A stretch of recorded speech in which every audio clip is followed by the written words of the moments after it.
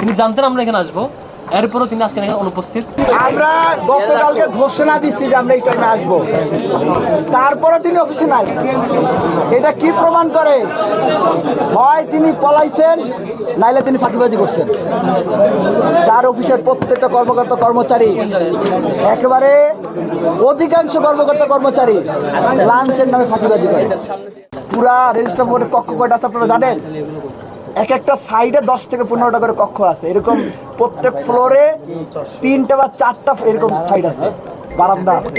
প্রত্যেকটা যদি আপনি 15টা করে হিসাব করেন, প্রত্যেকটায় আপনার প্রত্যেক ফ্লোরে প্রায় 100-এর কাছাকাছি রুম আছে। রেজিস্টার ভবন 3 তলা ভবন, প্রায় 300 রুম আছে।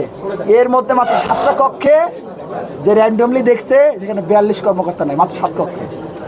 তাহলে এই যে 300 কক্ষ, এই 300 কক্ষে যদি যাইতো তাহলে সংখ্যাটা কত হইতো আপনারাই বলেন? তাহলে সংখ্যাটা কত হইতো? আজকে গতকালকে আবার নিউজ হয়েছে, সাংবাদিকরা অবস্থা জিজ্ঞাসা করছে, আমরা ডাকসুর পক্ষ থেকে তাকে অবহিত করছি। তাহলে নিউজ হয়েছে, উনি জানে, ওনার কর্মকর্তারা ঘুমায়, উনি জানে 7 কক্ষে 42 জন কর্মকর্তা অনুপস্থিত, এটা উনি জানে।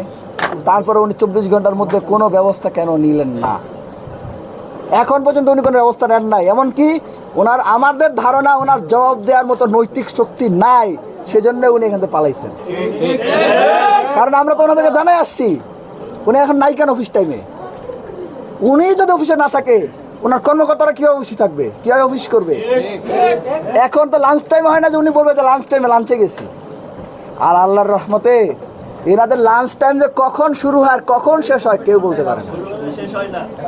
আপনি 12টায় আসবেন, লাঞ্চে গেছে, 12:30টায় আসবেন, লাঞ্চে গেছে, 2টায় আসবেন, লাঞ্চে গেছে, 2:30টায় আসবেন, লাঞ্চে গেছে, 3টায় আসবেন, লাঞ্চে গেছে, 3:30টায় আসবেন, আর 3টায় এসে শুনবেন লাঞ্চে গেছে, 3:30টায় আসবেন, বলেন যে ওনার তো অফিস টাইম শেষ হয়ে চলে গেছে বাসা। এই সার্কাস, এই সার্কাস বছরের পর বছর ধরে চলছে। অতি দ্রুত প্রত্যেকটা অফিসে ফিঙ্গারপ্রিন্টের ব্যবস্থা করা হবে, এই দাবিটা আমরা জানাতে চাই, যাতে করে কোন স্টাফ কখন আসছেন কখন যাচ্ছেন প্রত্যেকটা জিনিস যাতে ওই সফটওয়্যারে মেনটেন করা হয় এবং এটা অটো মেনটেন করা যায়, এখানে যাতে কোনো ধরনের ফাঁকি ঝুঁকি দিতে না পারে। দ্বিতীয় ব্যাপার হচ্ছে জবাবদিহিতা কেন করা হয় না এতদিন, কি জটিলতা উনি ফেস করছেন সে বিষয়ে আমরা জানতে চাইবো। আরেকটা প্রকল্প আমরা অনেকদিন ধরে ফলো আপ করছি, যে অটোমেশন সিস্টেমটা, পুরো রেজিস্টার অটোমেশন সিস্টেমে যাওয়ার ব্যাপারে অনেকগুলো মিটিং হয়েছে এখন পর্যন্ত, এখনও কাজ হচ্ছে, আগাচ্ছে, হচ্ছে না, এখন আরেকটা বিভাগ বাকি আছে, নানা কিসিমের জবাব এখানে। তো সেটা কতদূর আগে ওনার কাছে ফলো আপ করবো, আর এটা ভালোভাবে সুপারভাইজ করতেছেন প্রভিসি অ্যাডমিন ম্যাম, ওনার কাছ থেকে আমরা জিজ্ঞেস করতে যাবো যে উনি কতটুকু এটা হয়েছে।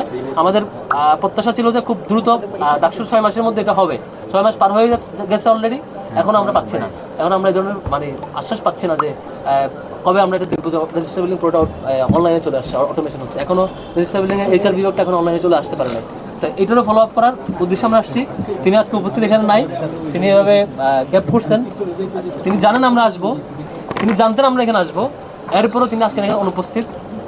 এটা খুবই একটা শেমফুল কাজ হয়েছে। ধরেন অনেক বেশি ব্যস্ততা আছে, ধরলাম, মানলাম, তবু তিনি জানাইতে পারতেন যে আমি এই টাইমে থাকবো না, তোমরা অন্য টাইমে প্রেফার, আমি থাকবো।